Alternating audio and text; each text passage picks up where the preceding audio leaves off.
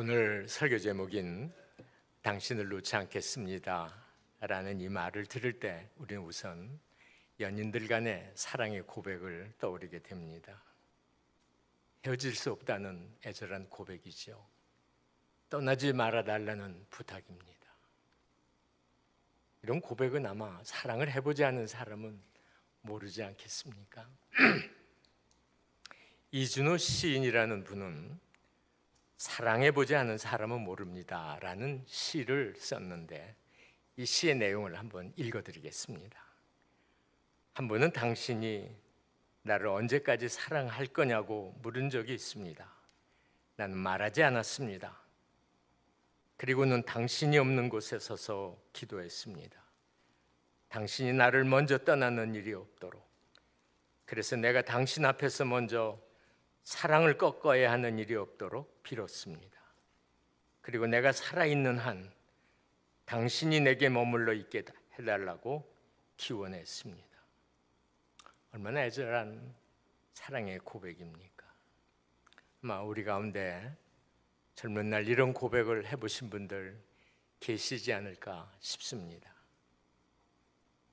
당신을 놓지 않겠습니다라는 이런 고백은 부모님들을 향한 자녀들의 간절한 마음에서도 우리가 읽을 수 있는데, 성경에서 대표적으로 룻기에 나오는 룻이 시어머니 나오미에게 이런 고백을 합니다. 어머니께서 가시는 곳에 나도 가고 어머니께서 머무시는 곳에서 나도 머물겠나이다. 어머니께서 죽으시는 곳에서 나도 죽어 거기 묻힐 것이라. 만일 내가 죽는 일 외에 어머니를 떠나면 여호와께서 내게 벌을 내리시고 더 내리시기를 원하나이다. 만약에 자녀로부터 이런 고백을 우리가 듣는다면 당장 죽어도 여한이 없지 않겠습니까? 그런데 오늘 성경 말씀을 보니까 야곱이 이런 간절한 고백을 하고 있습니다. 당신이 내게 축복하지 않으시면 당신 못 떠납니다. 당신 가게 드릴 수 없습니다. 이 가게 드릴 수 없다, 가게 하지 않겠다고 하는 이 히브리 원문의 뜻은 때를 쓴다는 말이에요. 붙들고 놓지 않는다는 말이에요. 야곱은 하나님과 밤이 맞도록 엎치락 뒤치락 씨름하며 이렇게 절규했습니다. 당신을 놓지 않겠습니다. 당신을 놓을 수가 없습니다. 불타는 부르짖음입니다. 생사의 갈림길에서 죽느냐 사느냐의 이런 외나무 다리에서 부르짖는 절박함이고 애절함입니다. 사랑하는 여러분께 조성한 질문을 하나 드리고 싶습니다. 여러분은 요새 어떤 신앙생활을 하시고 계십니까? 그러니까 어떻게 신앙생활을 하십니까? 은혜를 받아야 한다는 간절함이 있으신가요? 주님께 매달림이 있으세요? 야곱같이 심각한 상황은 아닐지라도 이제 내 생애가 얼마 남았는데 그저 이렇게 살다가 주님 부르시면 가지 하는 이런 아니한 생각이 아니라 정말 여러분 마음속에 십자가의 그 사랑의 절절함이 여러분의 가슴에 얼마나 있습니까? 여러분은 근래 주님의 은혜를 감사하며 눈물을 흘려보신 적이 있습니까?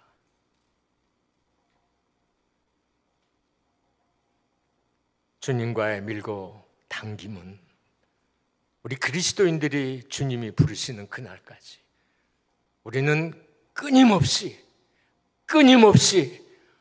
그분의 은혜를 사모하며 그분께 간절히 매달리는 이런 거룩한 도전과 씨름이 있어야 된다고 믿습니다. 먼저 오늘 본문 말씀 내용을 간단히 야곱의 삶을 중심으로 해서 살펴보면 우리가 잘 아는 대로 야곱은 태어날 때부터 야심이 많은 사람이었습니다. 그의 형이 아닌 아우로 태어나온 것에 대해서 마음에 불만이 많았어요. 억울했어요.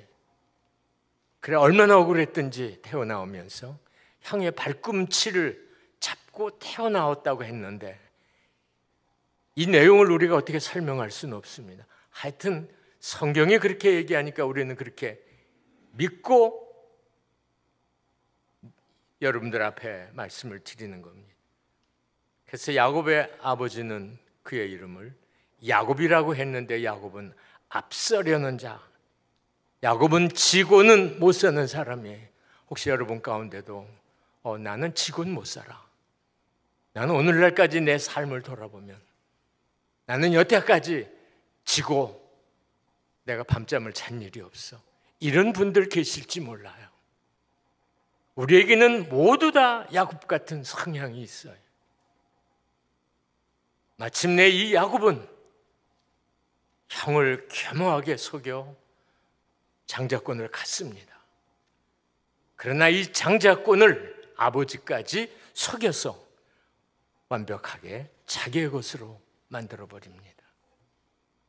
그러나 이 일은 곧 탄로가 나게 됐고 도망자의 길을 선택할 수밖에 없게 됐습니다. 다행히 어머니 추선으로 외삼촌 집으로 피신을 해 그곳에서 더부살이를 하게 됐는데 야곱의 그칠 줄 모르는 이 야망, 지고는 못 사는 이 마음, 이 성향, 이 야심, 이것이 결국은 외삼촌과 비견될 만한 거부가 됩니다. 위기를 느낀 외삼촌 라반은 야곱을 손을 보려고 하는 그런 낌새가 있어 이걸 먼저 눈치챈 야곱은 가족들 자기가 모은 자산 모두 이끌고 야반도주합니다. 그런데 아버지 집으로 돌아가는 길목에 문제가 생겼어요. 형 에서입니다.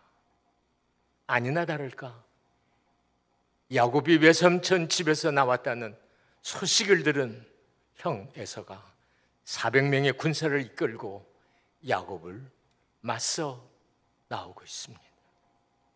위기에 처한 야곱은 다음과 같은 생존 전략을 만듭니다. 형 에서에게 줄 예물을 먼저 챙겨서 강을 건너 보냅니다. 그리고 뒤이어서 자기의 가족들을 딸려 보내고 마지막 자기는 강을 건너지 않고 강변에서 뭘 했겠습니까? 홀로 강변에 남은 그가 할 수 있는 일은 딱 한 가지, 자신의 과거를 돌아보고 전능하신 하나님께 다시 도움을 구하는 길 외에 또 뭐가 있겠습니까? 그래서 창세기 32장 11절 말씀을 보니까 이렇게 돼 있어요. 내가 주께 간구하오니 내 형의 손에서 에서의 손에서 나를 건져내시옵소서. 내가 그를 두려워함으로 그가 와서 나와 내 처자들을 칠까 겁이 나기 때문입니다. 두려움 가운데서 그는 상당히 많은 지난 날들을 회고하며 하나님 앞에 글쎄 이건 제가 생각하는 건데 눈물 흘리며 주님의 도움을 구하지 않았겠습니까? 이때 어떤 사람이 갑자기 나타났습니다. 야곱이 이 사람을 어떻게 생각했을까? 혹시 형 에서가 보는 첩자가 아닌가 생각을 했지만 나중에 알고 보니 이 사람은 천사라고도 그러고 하나님이라고도 그러고 학자들 가운데는 여기에 대해서 견해가 분분합니다. 그러나 저는 하나님으로 보고 싶고 성육신 하기 이전의 예수 그리스도 성자 예수님, 야곱은 물에 빠진 사람이 지푸라기라도 짚듯 이 사람을 붙들고 놓지 않았습니다. 나는 두렵고 무섭습니다. 나를 도와주십시오. 그러나 하나님의 반응은 대단히 냉랭했어요. 창세기 32장 24절을 보니까 어떤 사람이 날이 새도록 야곱과 씨름하다가, 그러니까 씨름하는 거예요. 씨름이 어떤 것인지 우리는 너무 잘 알아요. 하나님과 치열하게 몸부림하며 씨름을 합니다. 그런데 놀라운 것은 25절 말씀을 보니까 자기가 야곱을 이기지 못함을 보고, 이 자기는 하나님이에요. 하나님이 야곱과 씨름하는데 이길 수가 없는 거예요. 이건 논리적으로 상식적으로 맞지 않는 얘기입니다. 자, 씨름의 장면을 우리가 상상을 해보면 하나님과 야곱이 삿발을 붙들고 씨름할 때 야곱은 대단히 공격적이었을 거예요. 이제는 2판 4판이니까 죽기 아니면 살기니까. 그러나 하나님은 방어적이고 수세적이에요.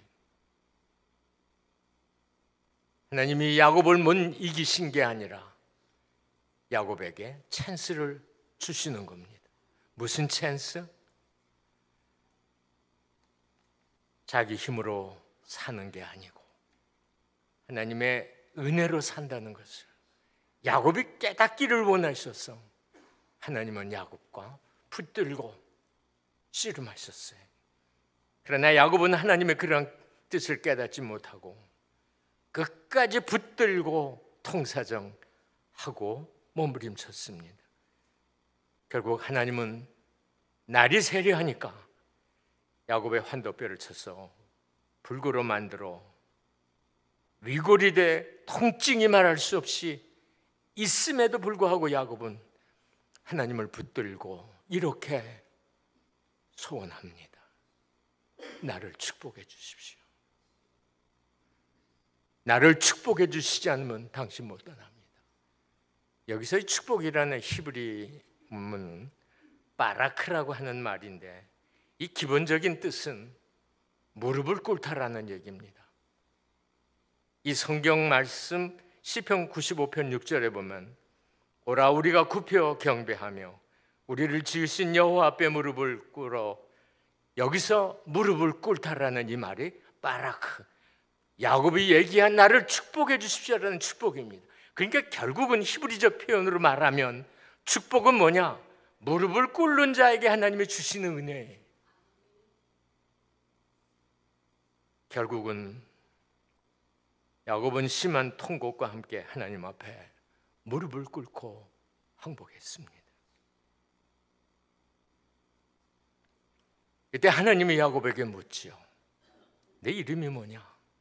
내 이름은 야곱입니다. 이제는 더 이상 내 이름을 야곱이라고 부르지 말고 이스라엘이라. 이 말은 하나님과 겨루어 이겼다는 뜻이에요. 사랑하는 여러분, 여기서 우리가 한 가지 기억해야 될 것은 야곱과 같은 이런 생애의 결과, 어떤 교훈을 우리에게 주고 있는가? 신앙 양심을 외면하고 정의롭지 못한 수단 방법을 동원해서 얻은 승리와 부와 명예는 야곱이 경험하는 것과 같이 많은 번민과 괴로움의 때가 분명히 찾아온다는 말씀입니다. 나는 이 표현을 하나님의 잔인한 자비라고 부르고 싶어요. 하나님은 우리에게 자비를 베푸세요. 그러나 우리가 생각하는 순수한 순전한 그런 자비가 아니라 잔인한 자비예요. 하나님 자비를 베풀면 그냥 베푸시지, 이건 너무하지 않으십니까? 라고 할 정도의, 하나님은 잔인한 자비를, 긍휼하심을 우리에게 보여주시면서 우리를 찾아오시고 우리를 회복시키시고 치유하세요. 만약 없다면 그 사람은 하나님의 사람이 아니라고 성경은 얘기하고 있습니다. 사랑하는 여러분, 우리가 지금까지 살아오는 생애 동안 하나님의 긍휼과 하나님의 자비를 많이 경험하셨으리라고 저는 믿습니다. 그렇기 때문에 오늘날 여기까지 에베네셀의 하나님의 인도하심을 받고 오늘도 여러분들이 하나님 앞에 나와 예배를 드리고 계시는 겁니다. 그러나 우리가 만약에 하나님의 이 자비에 대해서 무관심하거나 결국은 하나님이 우리에게 이렇게 긍휼을 베푸시고 자비를 베푸시고 사랑을 베푸셨음에도 불구하고 지금의 우리의 마음속에 주님의 은혜를 붙들지 않으면, 그분께 은혜를 받지 않으면 나는 살 수 없고 나는 한순간도 이 땅에 존재할 가치가 없다는 이런 강렬하고 애절한 마음이 없다면 우리 한번 생각해 보셔야 합니다. 물론 야곱이 고민하는 것을 보며 이렇게 생각하는 분들도 계실지 모르겠습니다. 뭐 때문에 그런 고민을 하지? 형을 꼭 만나야 할 필요가 있어? 그 많은 재산 모아가지고 형 모르는 먼 곳에 가서 편안하게 살면 될 건데 왜 굳이 아버지 집을 찾아가려고 그래? 바보 아니야? 그러나 다들 그렇게 사는 게 아니거든요. 그렇지 않은 삶을 살아가는 사람들이 있습니다. 왜 야곱이 그런 생각이 없었겠습니까? 그러나 그는 그런 생각을 접어두고 자신의 부끄러운 과거를 어떤 형태로든 한번 하나님과 해결하려고 하는 이 진지한, 이 거룩한 고민. 저는 여기서 신앙인이 어떤 사람인가를 보게 되는 겁니다. 바로 진실한 그리스도인은 예수 그리스도를 믿고 오늘도 우리가 전능하사 천지를 만드신 하나님 아버지를 믿는다는 사도신경을 고백한 이런 고백이 있는 사람은 적어도 형의 눈을 피해 먼 곳으로 가 잘 먹고 잘 살고 잘 지내다 죽는 게 아니고 아버지 집으로 돌아가 아버지 나 이런 사람으로 살았습니다라고 고백하는 순간이 있다는 거죠. 저는 바로 이런 사람들이 진정한 그리스도인이요 신앙인이라고 봅니다. 오늘 본문 말씀에서 우리는 고민하는, 갈등하는, 몸부림하는 우리의 야곱을 만나게 됩니다. 하나님을 향한 사랑을 믿음이라고 했을 때 내가 당신을 놓지 않겠습니다라고 하는 이 고백, 얼마나 적절한 신앙 고백이라고 생각되시지 않습니까? 엉덩이가 분쇄됐어요. 걷기가 너무 힘들고 서기가 힘들어요. 그러나 주님의 팔에 붙들려서 처절하게 그분을 붙들고 놓지 않고 축복해달라고 하는 이 모습, 이게 진정한 신앙인의 모습이 아니겠습니까? 신앙이란 어떤 정신적인 수준에 올라간 그 어떤 상태를 말하는 게 아니에요. 신앙은 삶의 방향을 하나님을 향하여 정하고 진지하게 그분을 향하여 엎어지고 넘어지고 쓰러지고 그런 가운데도 그분을 응시하며 그분을 향하여 전진하는 거룩한 삶의 자세라고 봅니다. 그래서 이 싸움에는 고민이 있고 갈등도 있습니다. 치열한 몸부림도 있고 그로 인해 조용히 흘려야 하는 나만의 뜨거운 눈물이 있는 겁니다. 기독교 신앙이 무엇인가? 이 물음에 가장 성경에서 적절한 본문의 말씀은 우리가 잘 아는 탕자의 비유입니다. 탕자의 비유에 나오는 둘째 아들 규탄받아 마땅합니다. 그러나 그가 아버지 집을 향해 왔을 때 아버지는 그에게 모든 것을 다 회복시켰어요. 이와 같은 아버지의 태도에 큰아들은 불만했죠. 여기서 예수 그리스도께서 탕자의 비유에서 말씀하시려는 핵심 요지는 이겁니다.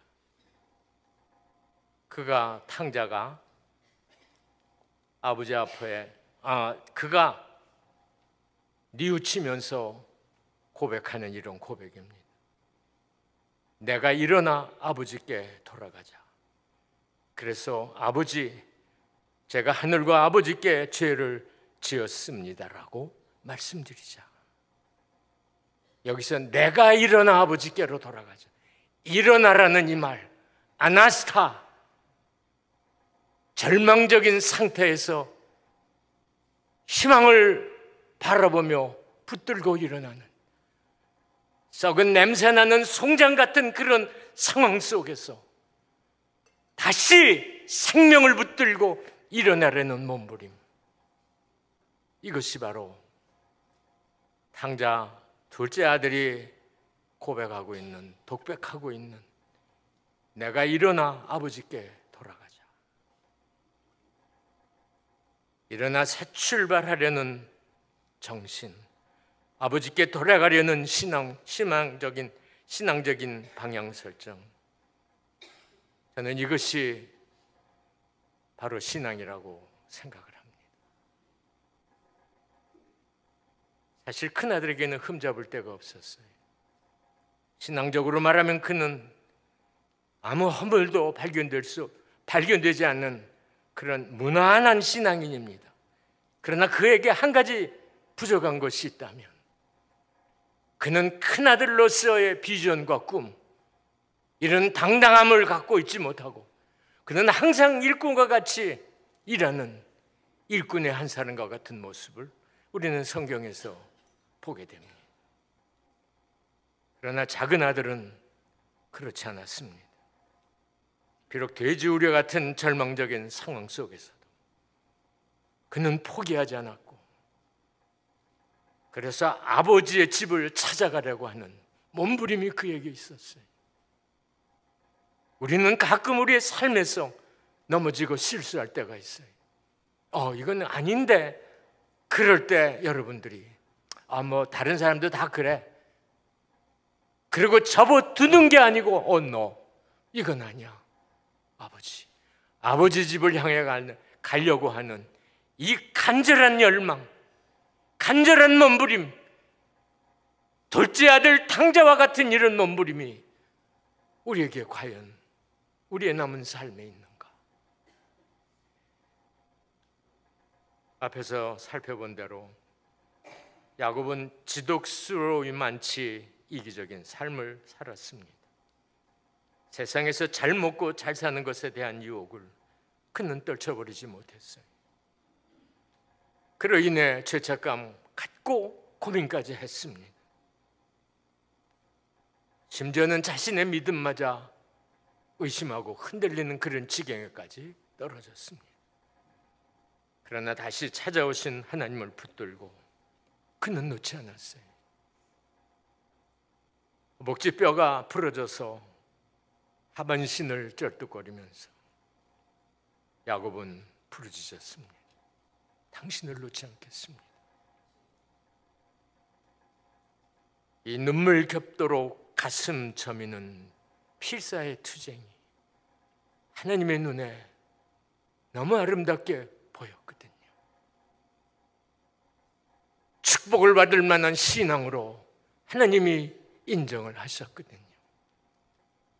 야곱의 이와 같은 신앙으로 인해 성경은 하나님이 야곱은 사랑하고 에서는 미워하였다고 구약성경 마지막 성 말라기 1장 3절에서 말하고 있습니다. 인간의 상식과는 반대되는 결론이에요. 여러분, 에서에게 무슨 잘못을 발견할 수 있습니까? 에서도 탕자의 비유에서 나오는 그 둘째 아들과 같이 형과 같이 하나님의 마음 미움을 살 만한 그 어떤 특별한 과실이 있지 않았습니다. 그런데 도대체 어떤 이유에서 하나님은 야곱을 사랑하고 해서는 미워했을까? 창세기 25장 34절에 보면 야곱이 떡과 팥죽을 에서에게 주매 에서가 먹으며 마시고 일어나 갔으니 에서가 장자의 명분을 가볍게 여김이었더라. 여러분 이 내용 잘 알아요. 형 에서가 사냥하러 나갔다가 허기가 져서 들어왔어요. 그때 마침 동생 야곱이 팥죽을 끓이고 있었어요. 나 그거 좀 먹자. 그러니까 no. 좀 줘. no. 조건이 하나 있어. 뭔데? 형 가지고 있는 장자 명분? 장자권 나한테 줘. 그래. 너 가져. 이게 지금 그런 거예요. 장자의 명분을 가볍게 여김이었더라. 이 가볍게 여겼다는 이 원문의 해석은 경멸하다. 그거 가져서 뭐래? 그거 아무 쓸데 없어. 지금 당장 그게 나에게 뭐가 필요해? 나에게 필요한 건 지금 팥죽이야. 이거예요. 동생 야곱이 장자 명분을 교환 조건으로 제시했을 때 에서는 고민하지 않았습니다.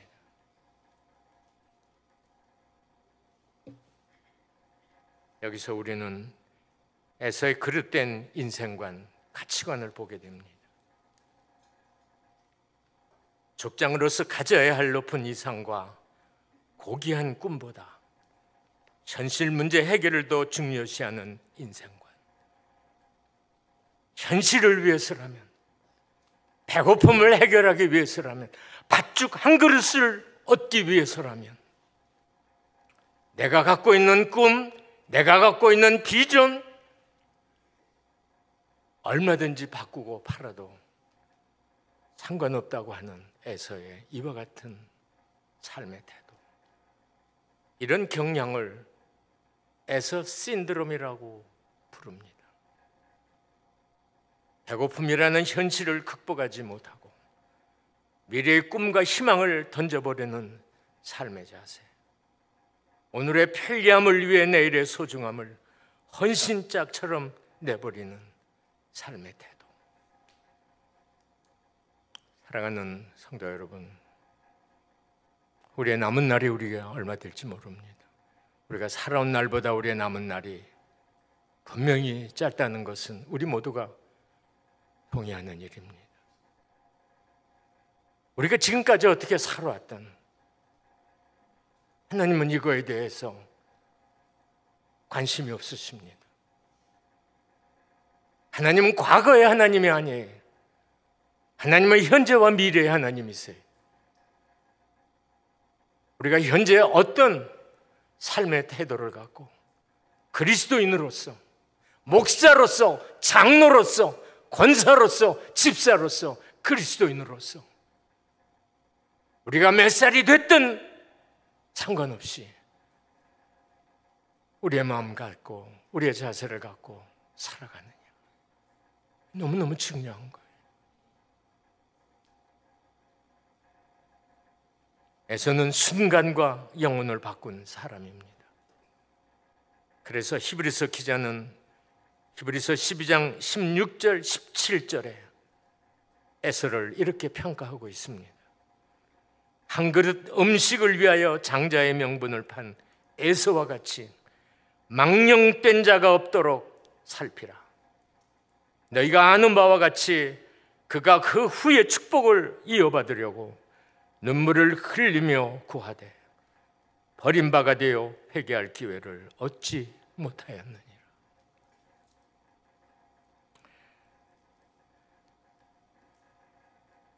우리는 순간과 영혼을 바꾸는 것은 정말 순간이라고 생각해요.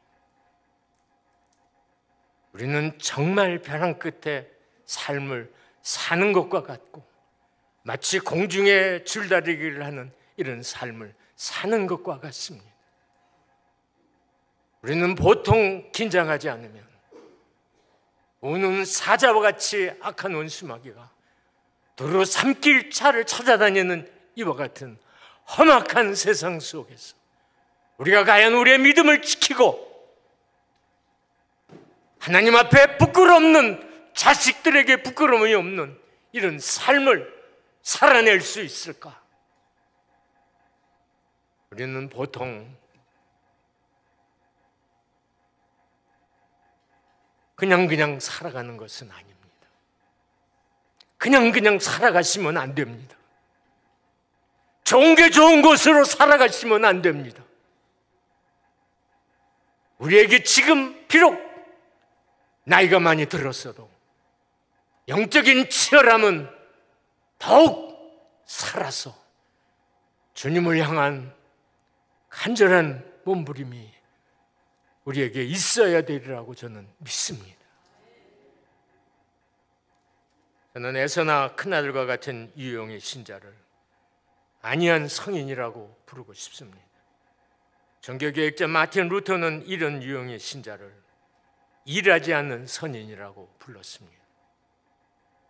반면에 야곱이나 작은 아들을 고민하는 죄인이라고 부르고 싶은데, 마틴 루터는 이런 신자를 회개하는 죄인이라고 불렀습니다. 여러분, 어느 쪽에 가깝습니까? 안이한 선인입니까? 아니면 고민하는 의인입니까? 일하지 않는 선인입니까? 아니면 회개하는 죄인입니까? 주님은 어느 유형의 신자 더 주님께서 기뻐하시겠습니까? 저도 은퇴한 목사로서 왜 안이한 선인에 머물고 싶지 않겠습니까? 제 나이 80이 넘었습니다. 남은 삶을 편안하게 살기를 원하고 그저 주어진 시간, 공간 속에서 평안한 삶을 살려고 하는 것이 제 마음속에 없지 않아 있습니다. 그러나 한순간도 이렇게 사는 것은 아니지 않는가라고 하는 몸부림이 제 안에 있습니다. 그래서 몇 개월이 지났는데 저와 제 아내는 매주 토요일 날마다 쇼핑센터에 나가 전도지를 돌립니다. 저는 그들에게 이렇게 얘기합니다. Jesus love you. God bless you.